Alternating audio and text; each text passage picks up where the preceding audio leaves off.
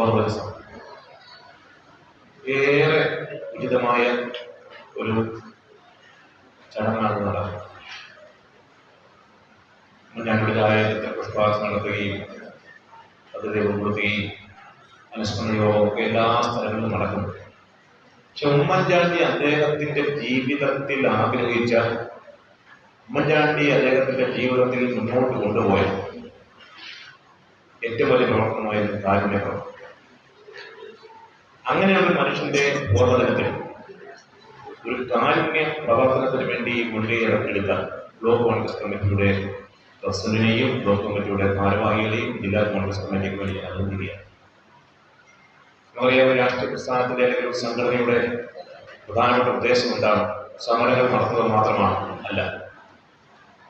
രാഷ്ട്രീയ പ്രസ്ഥാനത്തിന്റെയും പ്രസ്ഥാനങ്ങളുടെയും പ്രധാനപ്പെട്ട ദൗത്യം സമൂഹത്തിൽ അശ്രദ്ധരായ ആളുകളെ സഹായിക്കുക, അവരുടെ കണ്ണീരൊപ്പം ആശ്രയമില്ലാത്ത ആളുകളെ ചേർത്ത് പിടിക്കുക.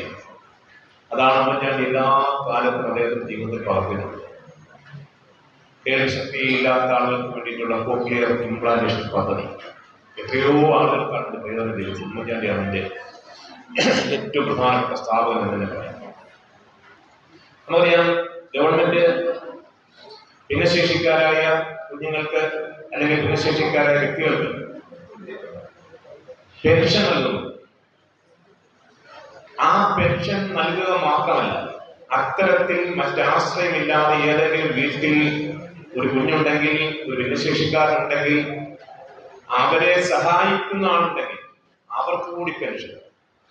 അങ്ങനെ 2 പെൻഷൻ കൊടുക്കാൻ വേണ്ടി ഉത്തരവിട്ട ആളാണ് ഉമ്മൻചാണ്ടി. കാരണം അദ്ദേഹത്തിന് ജനങ്ങളെ അറിയാം, എന്താണ് ബുദ്ധിമുട്ടെന്നറിയാം, എന്താണ്